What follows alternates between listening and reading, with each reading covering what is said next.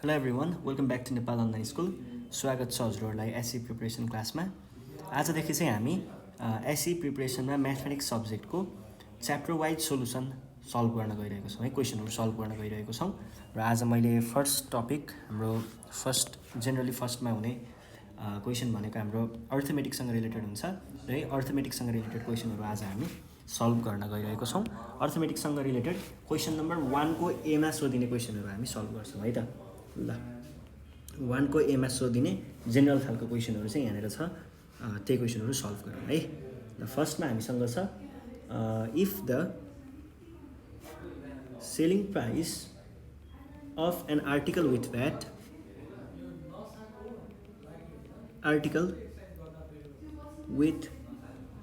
VAT is rupees X and SP without VAT is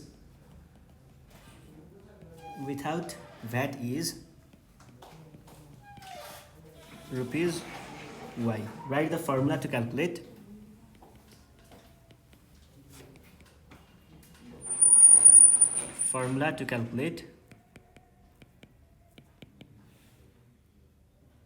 the rate of VAT भनेको छ है।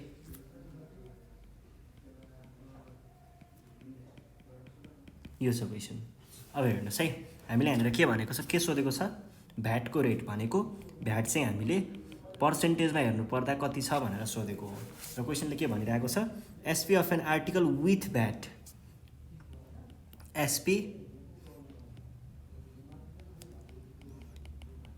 VAT जोडेर गर्दाखेरि कति भनेको छ, एक्स भनिरहेको छ है। विथआउट भ्याट भनेको कति भनेको छ, विथआउट भ्याट भनेको चाहिँ रुपिज वाई भनेको छ। भने पछाडि यो भनेको के भयो, विथआउट भ्याट भनेको पहिलाको एसपी अनि यो भनेको फाइनल एसपी भयो। अब चाहिएको के छ, VAT in rate.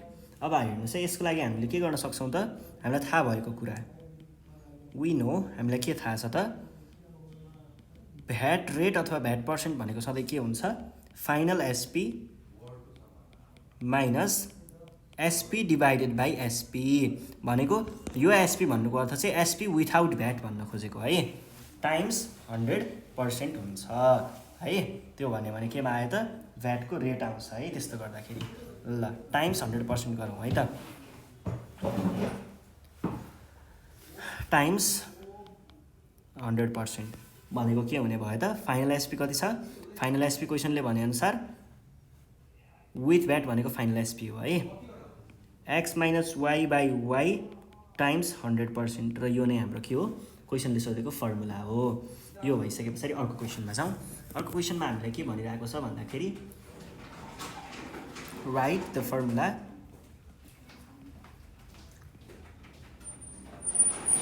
Formula to calculate the amount of VAT when rate of VAT labeled price and discount are given.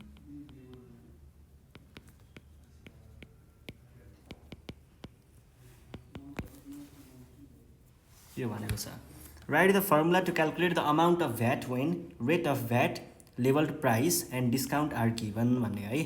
भनेपछि calculate the amount of VAT, VAT amount कति भनेर सोधेको छ। हामीलाई के थाहा छ त, भ्याट अमाउन्ट भनेको सधैँ के हुन्छ, भ्याट अमाउन्ट भनेको सधैँ, यसलाई मैले डाइरेक्ट गरिदिएँ है तपाईँहरूले ठ्याक्क बुझाउनुको लागि।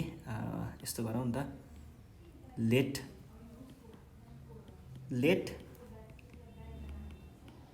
लेभल्ड प्राइस बी, हामीले एमपी सपोज गरौँ, डिस्काउन्टलाई हामीले डी सपोज गरौँ, अनि त्यस पछाडि डिस्काउन्टलाई हामीले डी सपोज गरौँ। त्यस पछाडि अर्को के भनेको छ, रेट अफ भ्याटलाई हामीले भी% भनेर यसरी राखौँ है। अब भ्याट पर्सेन्ट राख्दा पनि हुन्छ, यो राख्दा पनि हुन्छ।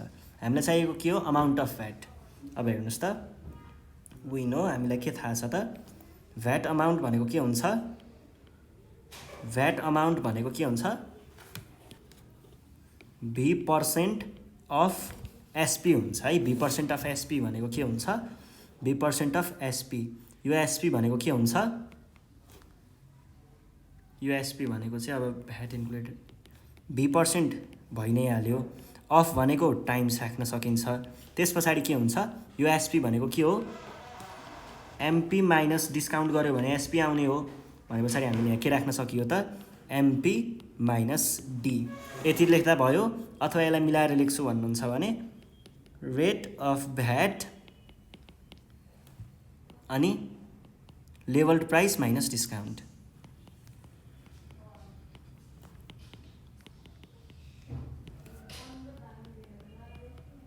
यस्तो पनि लेख्न सकिन्छ है। यो भनेको एकदम सजिलो कुराहरू, फर्मुलाहरूको कुराहरू मात्र हुन्छ। यो 2 मार्क्स के अरे 1 मार्क्सको क्वेसन हो। ल अब अर्को हेरौँ। अर्को के भनेको छ? If the MP of an article is rupees A, discount amount is rupees B and VAT amount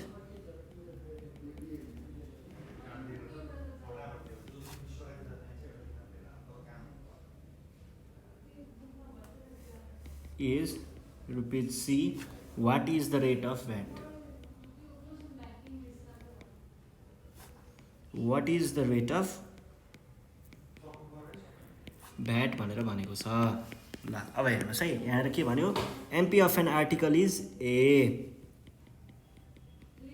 अनि discount amount is B, VAT amount is C.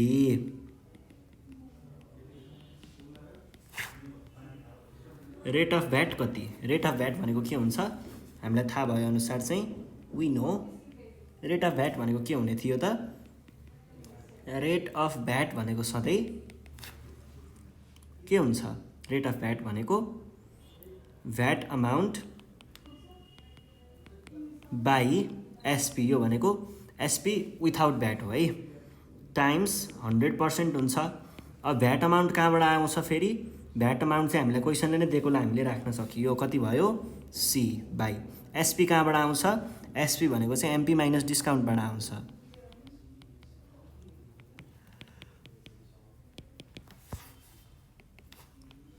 MP कति छ?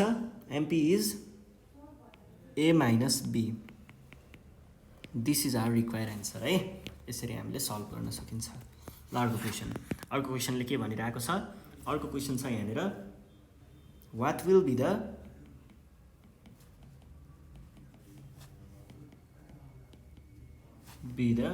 VAT amount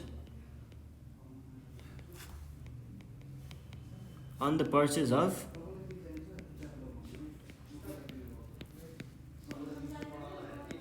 good worth rupees X and Y%. यो भनेको छ है। ल यहाँ के भनेको भयो त? What will be the VAT amount on the purchase of a good worth rupees यति एन्ड यति। What will be the VAT amount हामीलाई सोधेको छ।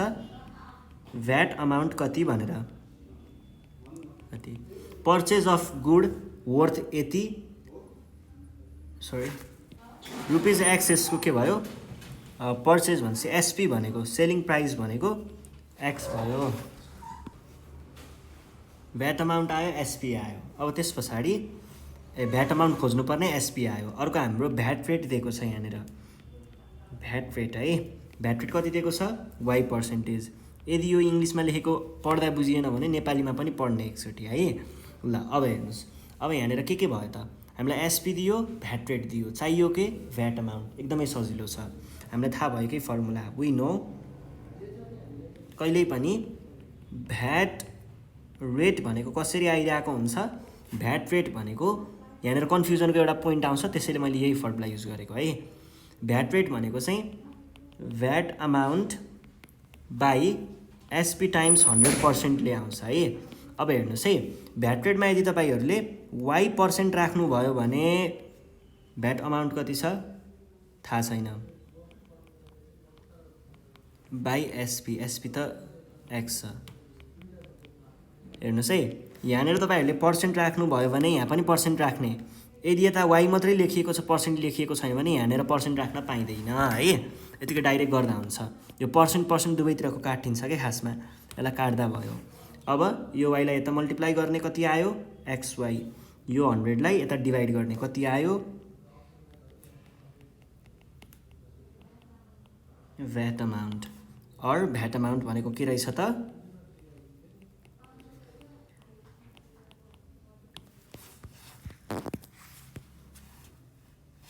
अर्को छ क्वेसन नम्बर 5। के भनेको छ, a shopkeeper sells a mobile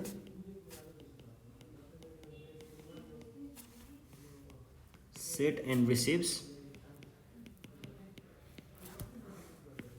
₹B with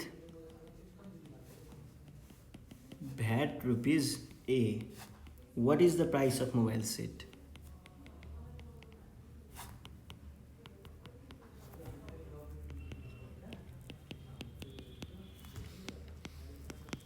यो छ क्वेसन। अब हेर्नुहोस् है, a shopkeeper sell a mobile set and receives ₹B with VAT ₹A। A shopkeeper sell a mobile set, बेच्ने हो रे कि मोबाइल सेट, एन्ड रिसिभ्स, बेचिसके पछाडि उसले कति पायो, ₹B पायो। ल रिसिभ्स B पायो, अमाउन्ट उसले रिसिभ गरेको यो भयो, विथ अ भ्याट ₹A चाहिँ भ्याट लागेको थियो भने mobile, what is the price of mobile set, मोबाइललाई कति पर्यो भनेर भनेको छ है। टोटल चार्ज यो लाग्यो, यसलाई हामीले फाइनल एसपीको रूपमा राख्न सकियो। र यो भनेको के हो, यो भनेको भ्याट अमाउन्ट हो, भ्याट अमाउन्ट। अनि हामीलाई सोधेको के हो, price of mobile set. Price of mobile set भनेको यहाँनिर यो केसमा के हो, कतिमा बेचियो भन्ने कुरा भएको हो नि त। कतिमा बेचियो भन्नुको अर्थ चाहिँ त्यसको एसपी कति हो भन्ने जस्तो कुरा भयो। अब त्यसको लागि हामीले के गर्न सक्छौँ त, वी नो एसपी भनेको सधैँ के हुन्छ, माइनस भ्याट भनेको, this is our required answer है। ल अर्को क्वेसनमा जाउँ। अर्को क्वेसनले के भनिरहेको छ भन्दाखेरि, according to today's exchange rate,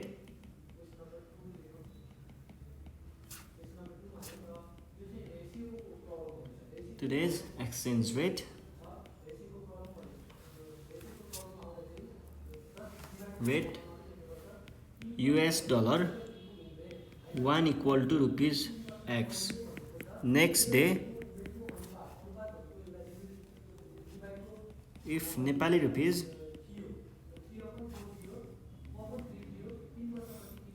is devaluated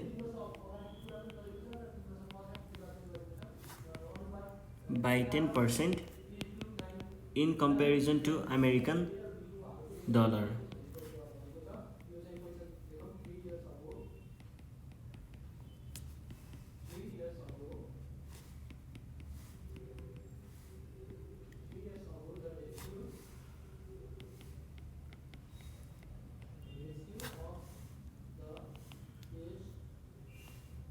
in comparison to American dollar रहेछ हौ,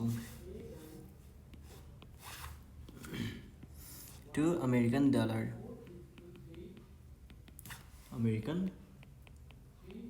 what will be the value of per dollar भनेर भनेको छ। What will be the value of per dollar, $1 को भ्याल्यु कस्तो होला भनेर सोधेको छ है। अब यहाँनिर हेरौँ है त के भनेको छ, according to today's exchange rate US dollar 1 भनेको ₹X हुन्छ अरे। Next day if Nepali rupees is devalued by 10% भनेको 10%ले त्यसको भ्यालु घट्छ अरे। मानिलिउँ नेपाली रुपिज यो पर्टिकुलर डेको लागि 1 थियो भने नेक्स्ट डे चाहिँ के हुने भयो त, 0.1ले घट्ने भयो भनेको के हो, 0.9 हुने भयो भन्ने जस्तो बुझिन्छ है। अथवा जस्तो हामीसँग ₹X छ, ₹X चाहिँ यो पर्टिकुलर डेको भयो भने अब योभन्दा नेक्स्ट डे चाहिँ केले घट्ने हो, 10%ले घट्ने हो भने पछाडि नेक्स्ट डे नेपाली रुपी भनेको कति हुने भयो,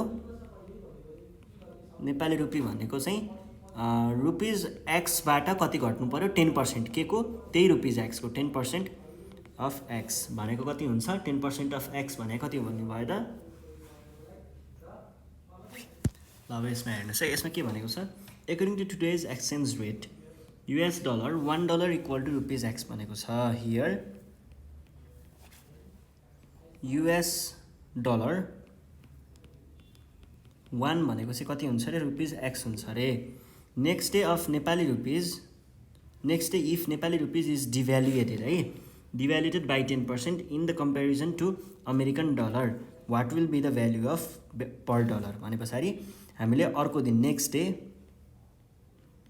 नेक्स्ट डेको हामीलाई के चाहियो त डलर 1 को भ्याल्यु कति होला भनेको छ यसको लागि हेर्नुहोस् है क्वेसनले हामीलाई के दिएको छ रुपिज एक्स भनेको यही दिनको भ्याल्यु भयो है अब यहाँनिर कन्फ्युजन कहाँनिर हुन्छ भन्दाखेरि हामीले चाहिँ कहिलेकाहीँ डिभ्यालुएटेड भन्ने बित्तिकै घटाउने भन्ने बुझिन्छ तर यहाँनिर चाहिँ के भइरहेको हुन्छ त डिभ्यालुएट भएको नेपाली रुपिजको हो नेपालीको भ्याल्यु घट्यो भने के हुन्छ अभियसली युएसको त बढ्ने भयो नि त एउटा जेनरल सेन्सबाट पनि हेर्दाखेरि हैन त्यसबाट हामीले के भन्छौँ त भन्दाखेरि डिभ्यालुएट भएको नेपालीको हो त्यसैले नेपालीको प्राइस घट्नुपर्छ नेपालीको प्राइस घट्नु भनेको US डलरको प्राइस बढ्नु हुन्छ त्यसो भइसके पछाडि हामीले के गर्छौँ यहाँनिर जोड्छौँ कति जोड्नु पर्यो 10% के को 10% हो पहिलाको नेपाली पैसाको हो भनेपछि of rupees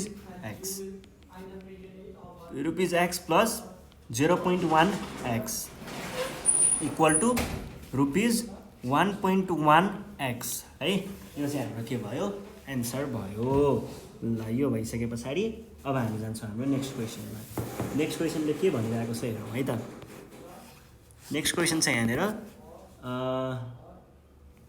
using the rate of rupees 118 per dollar per US dollar calculate the US dollars for rupees 63720 यहाँनिर के भनिरहेको छ हामीलाई using the rate of 80 per dollar calculate the US dollar for rupees यति है रुपिज 118 भनेको के हो अरे पर डलर भनेपछि डलर 1 भन्ने बुझौँ अब हामीले के गर्नु पर्यो यसैलाई अब डलर 80 रुपिज भनेको कति डलर भनेर हामीले खोज्नु पर्यो हैन त्यसको लागि हामीले के गर्न सक्छौँ त और रुपिज 1 भनेको कति हुँदो रहेछ डलर 1/118 राख्न सकिन्छ और हामीलाई चाहिएको के को रुपिज 80 को हो भनेपछि rupees 1 times 63720 equal to dollar 1/118 times 63720 है ल यो भनेको कति हुन्छ त और रुपिज 63720 इक्वल टु डलर यो भनेको कति आउँछ 540 आउँदो रहेछ है 540 ल यो भयो यो भइसके पछाडि हामी जान्छौँ अर्को क्वेसनमा अर्को क्वेसनमा के भनिरहेको छ हेरौँ है त इफ 10 जापानिज NESE है JAPANESE Japanese N is equal to rupees 9.6 then convert Japanese N 80 into Nepali rupees है Japanese N 35800 into Nepali rupees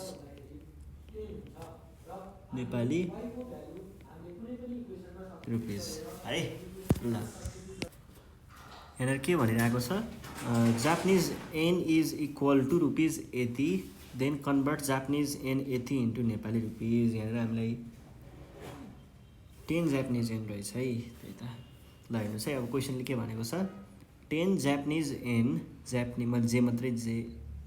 Japanese yen equal to rupees 9.6 रहेछ हामीलाई चाहियो के जापानिज एन को भ्याल्यु केमा नेपाली रुपिजमा कति जापानिज एन को और 1 जापानिज एन भनेको कति हुने रहेछ त फेरि यो त हामीले युनिटरी मेथडबाट पनि गर्न सकिन्छ नि त यस्तो काम त।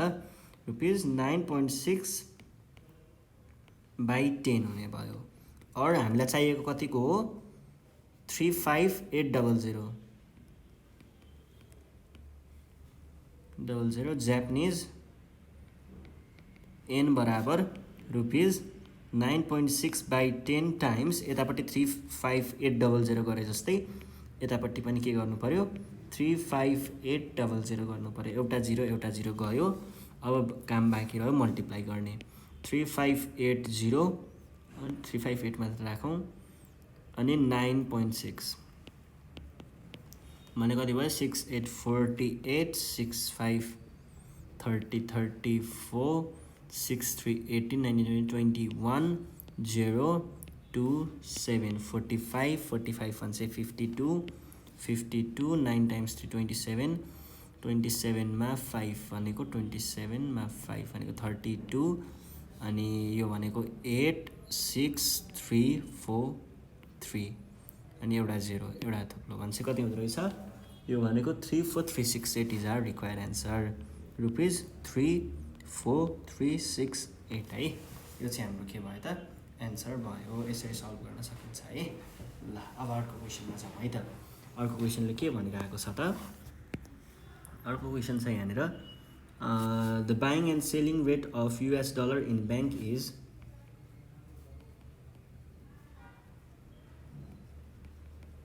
buying and selling rate of US dollar in a bank is rupees 105.10 and rupees 105.95 respectively if $50000 is bought and sold by the bank, what profit is made by the bank in NRS? What profit is made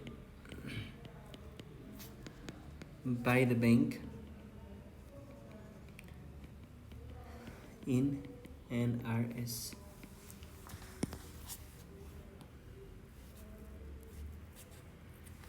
यति र यति है respectively किन्ने यतिमा बेच्ने यतिमा है।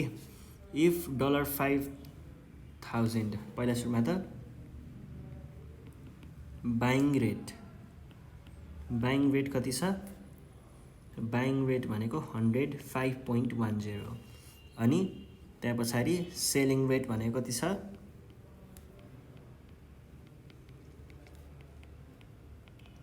95। अब हामीलाई के चाहियो इफ $50,000 भनेपछि डलर बट भनेको कति 50 $80 चाहिँ के गरेको किनेको हो भने पछाडि अनि डलर सोल्ड चाहिँ कति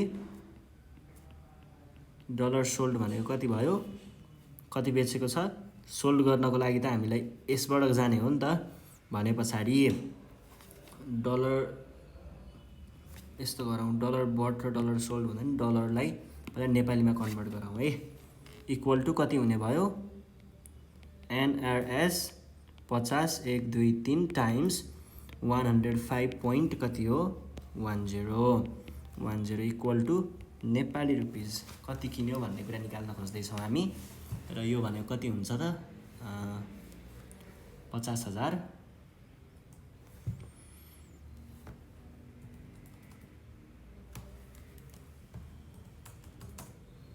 टाइम्स 105.10 5255 1 2 3 यति हुन्छ रहेछ है 50,000 टाइम्स यो भनेको। अनि त्यस पछाडि अर्को के गर्नु पर्यो अब डलर सोल्ड कतिमा बेचियो त डलरलाई, डलर सोल्ड भनेको नि त्यही डलर यति नै हो। तर यसको के छ, सेलिङ रेट फरक छ, त्यसैले हामीले के गर्छौँ, त्यही 50,000लाई यो पालि मल्टिप्लाई गर्दा चाहिँ यतिले मल्टिप्लाई गर्नुपर्छ, किनभने हाम्रो डलरको बाइङ रेट र सेलिङ रेट फरक फरक छ है। 0.95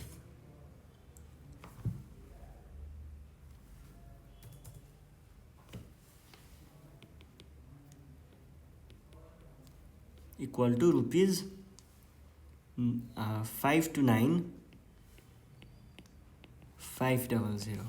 अब यसबाट हामीले के गर्न सक्छौँ त, प्रफिट निकाल्नु भनेको छ होइन, ब्याङ्कको profit. Profit made equal to dollar sold, dollar बेचिएको मूल्य माइनस डलर बट भनेको कति किनियो, त्यो किनेको मूल्य, किन्दाखेरि कति नेपाली रुपैयाँ पर्न गयो। ल यो भनेको कति भयो त,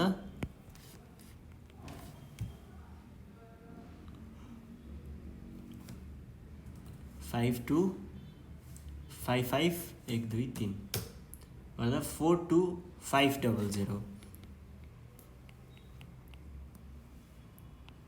this is our required answer. यति चाहिँ प्रफिट भएको रहेछ। ल अर्को क्वेसनमा जाउँ है। अर्को क्वेसनमा के छ त भन्दाखेरि, according to today's exchange rate,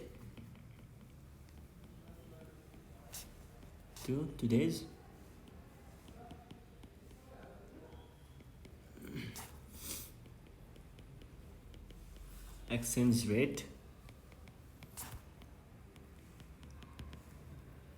1 pound equal to के भनेको छ, rupees Y. Next day if Nepali rupees is re-evaluated, next day if Nepali rupees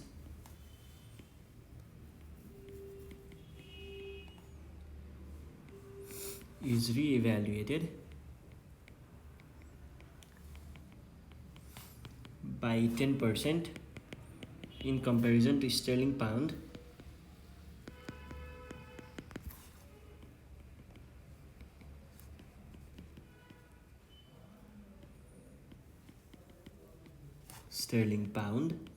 what will be the value of per pound, right? What will be the value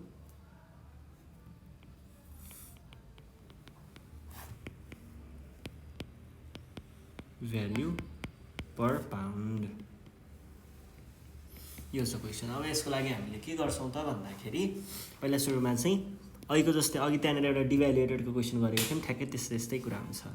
पहिला सुरुमा के भनेको छ, क्वेसनले दिएअनुसार 1 pound बराबर rupees Y हुन्छ अरे।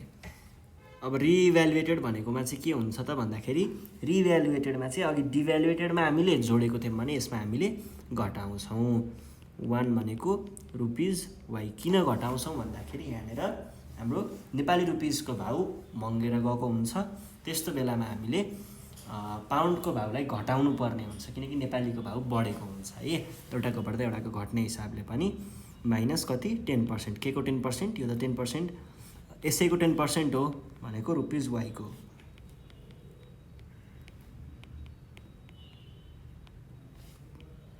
और rupees Y minus 1y by 100 और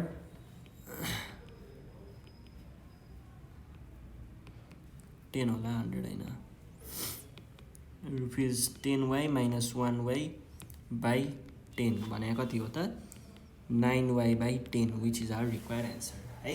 यसरी चाहिँ हामीले जेनरली हामीलाई सोधिने क्वेसन नम्बर 1 को ए जुन भनेको चाहिँ के हो त, जुन भनेको चाहिँ हाम्रो यस अर्थमेटिकबाट सोधिने सर्ट क्वेसनको प्रब्लमहरू हो। यसरी सल्भ गर्न सक्छौँ। र योभन्दा नेक्स्ट सेसनमा चाहिँ हामी यही टपिक अर्थमेटिकबाट नै सोधिने अरू प्रब्लमहरू हेर्नेछौँ। त्यति बेलासम्मको लागि नेपाल अनलाइन स्कुललाई बिदा दिनु होला। Thank you.